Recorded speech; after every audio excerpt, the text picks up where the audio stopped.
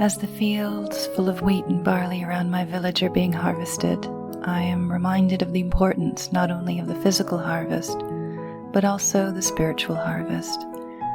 Our souls are tied to nature, to the natural world, and as such they follow the rhythms and the cycles of life, like everything else.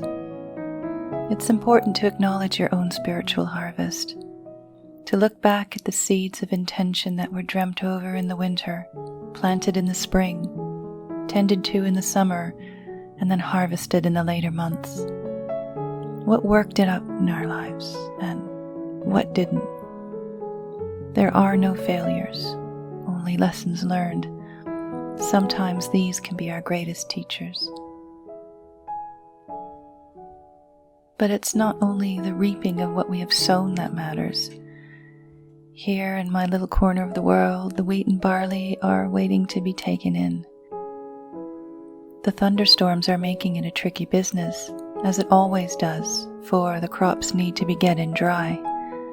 When harvesting, timing is everything. We need to know when it's the right time to harvest what we have sown in our lives. We often talk about knowing when it's the right time to sow, but equally, at the other end of the scale, we need to know when it's time to reap. Nature is our greatest teacher. By paying attention to the natural world around us, we learn about the cycles and, importantly, about timing. No farmer takes in his crop when it isn't ready, because they pay attention to it and everything else that affects it, like the weather, the soil, and so on. There are always conditions that are superimposed upon our lives over which we have no control. So what can we do? Well, to start, we have to release control, and it's not an easy thing to do. There's only so much that we can affect in our own lives. Secondly, we have to find the opportune moments in which we can exercise our own control. And when we do both, we're working with the tides rather than against them. There is no point in reaping the harvest that you have carefully prepared when it isn't ready. Your plans must come to fruition before you can harvest them properly.